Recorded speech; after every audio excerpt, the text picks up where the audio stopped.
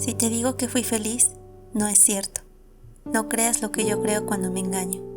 El recuerdo embellece lo que toca, te quita la jaqueca que tuviste. El sopor de la siesta lo transfigura en éxtasis. Y en cuanto a ese zapato que apretaba tanto que te impidió bailar el primer baile, no hubo zapato. Mira, estás descalza, danzas eternamente ingrávida en el círculo cerrado de un abrazo.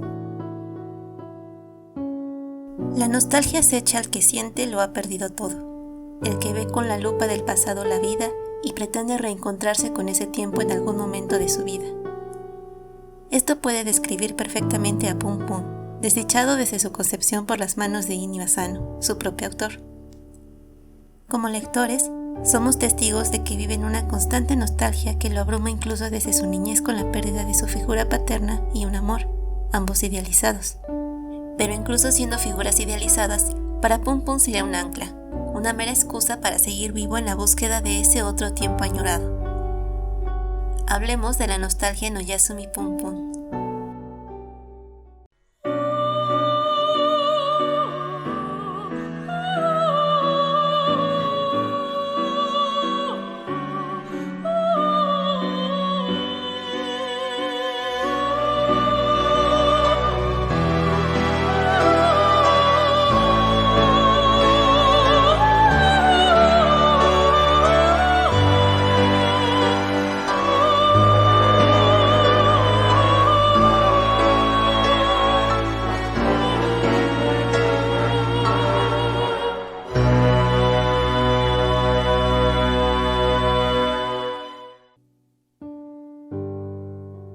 Desde las primeras páginas del manga, Pum Pum ya conocería la angustia de la pérdida de su primer amor.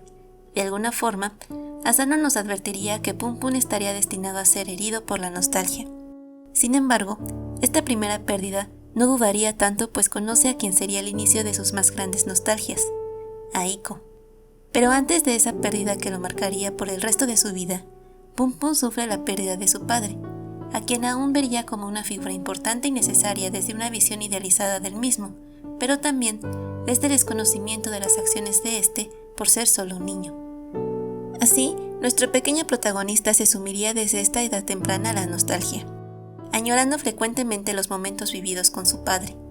Este, a su vez, en el futuro, tendría que vivir el resto de su vida sumido en la misma nostalgia, pues recordaría de forma constante a un pequeño Pum Pum al cual nunca pudo, ni podrá, ver crecer jamás.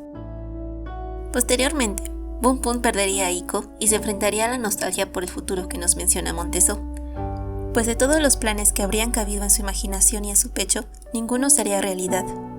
Ni su padre ni a Iko celebrarían el descubrimiento de Pumpunia, ni podría salvarlos del fin del mundo. En tan poco tiempo, este pequeño protagonista había perdido a dos personas importantes. Es aquí que la nostalgia se acrecentaría constantemente, mientras la idea de la ingenuidad sería una forma de protegerse a sí mismo del dolor de la pérdida. A fin de cuentas, era solo un niño.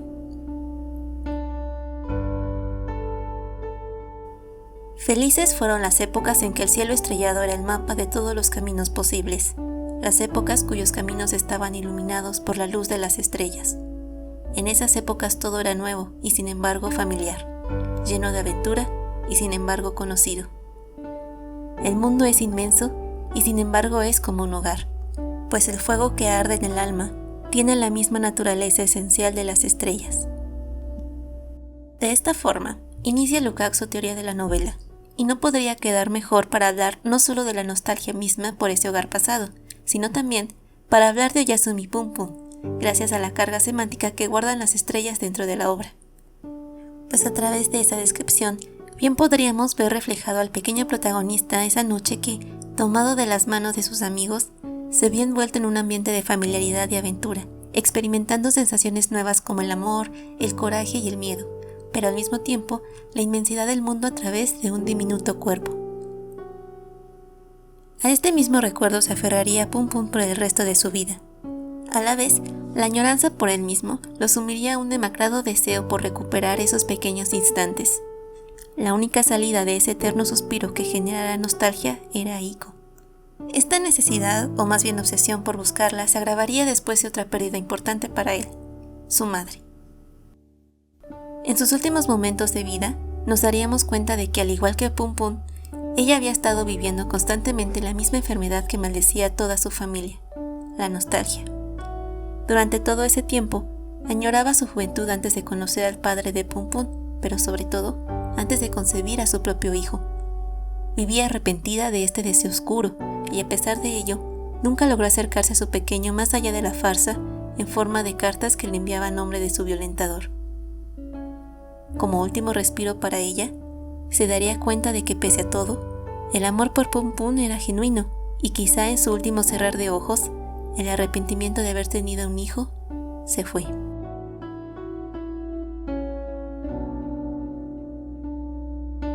La nostalgia causaba en los enfermos representaciones erróneas que les hacían perder el contacto con el presente. Tras la muerte de su madre, un reencuentro y confrontación con su figura paterna que ella no idealizaba, y su independización, Pum Pum se sumiría en la desesperación y el dolor. Cada vez añoraría más lo único rescatable de su infancia, la cada vez más difusa memoria de Aiko. Es así que su rutina se limitaría a deambular por los rincones de la ciudad. Al mismo tiempo que buscaba, también se perdía a sí mismo. El único contacto con el presente era la esperanza de reencontrarse con el origen de su nostalgia. El paciente adquiría un semblante exánime y demacrado, y se mostraba indiferente con respecto al resto de las cosas. Confundía el pasado con el presente y los acontecimientos reales con los imaginarios. Uno de los primeros síntomas de la nostalgia era la tendencia a escuchar voces y a ver fantasmas. Pum Pum adoptaría el papel de ese enfermo, ente que a través del arte de Asano veríamos en espacios abiertos en los que contrastaría en cuerpo y ánimo, hasta llevarlo al inquietante en esas noches en que se abandonaba en su cuarto, pronunciándose ante las voces distorsionadas de Dios o las suyas propias. Incluso decidir salir de noche resultaría una forma clara de su mente demacrada por la nostalgia. Cabe resaltar que, si bien el origen de la nostalgia es Aiko, el único responsable de este mal es el propio protagonista, cosa de la que se daría cuenta cuando, por los hilos del destino, misericordia o castigo del propio Asano, se encuentran.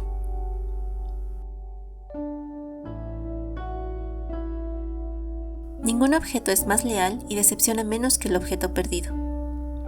A partir de esto que menciona Bronstein, podemos ver tanto la forma en que la nostalgia muchas veces nos lleva a idealizar y embellecer momentos, lugares, cosas o personas del pasado, y a la vez, cómo Pum Pum se engañó a sí mismo todos esos años.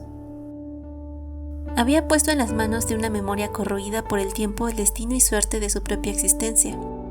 Quizá tenía miedo a tomar las riendas él mismo, y por ello siempre se dejaba llevar por las demás personas mientras reprimía sus propios deseos, intenciones y pensamientos, hasta volverse un caldo de cultivo espeso y repugnante.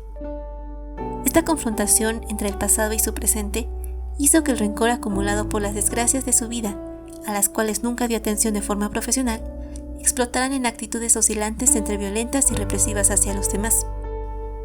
Su encuentro con lo que añoraba lo dejaba con sensaciones insípidas, y ahora, después de todo el tiempo que había perdido en rememorarla, toda la culpa que sintió la redirigió a una vulnerable Aiko, la cual sería un espejo del propio Pum Pum, pues también necesitaba de él por la misma nostalgia de aquellos momentos en que aún se permitía sonreír.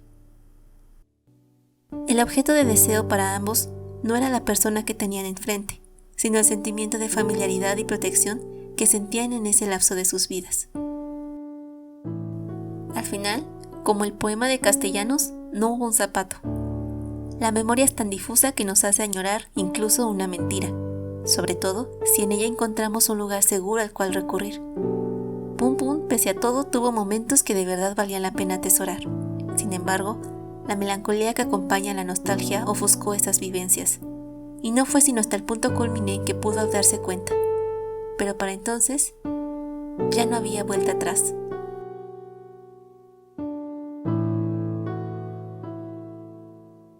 A partir de todo esto, volvemos a recordar cómo la nostalgia es otra forma de duelo.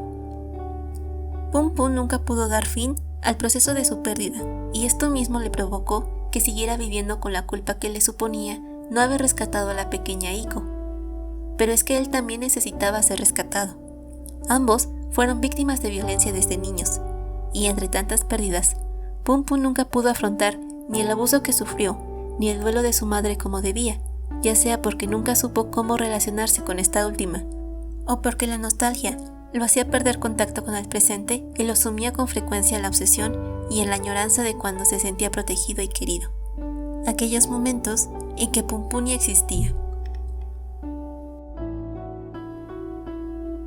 Pero al final, ya sea víctima o victimario, inocente o culpable, deseante o deseado, Pum Pum expresa para sí sus últimas palabras para Iko, o a las reminiscencias de los recuerdos que tiene de ella.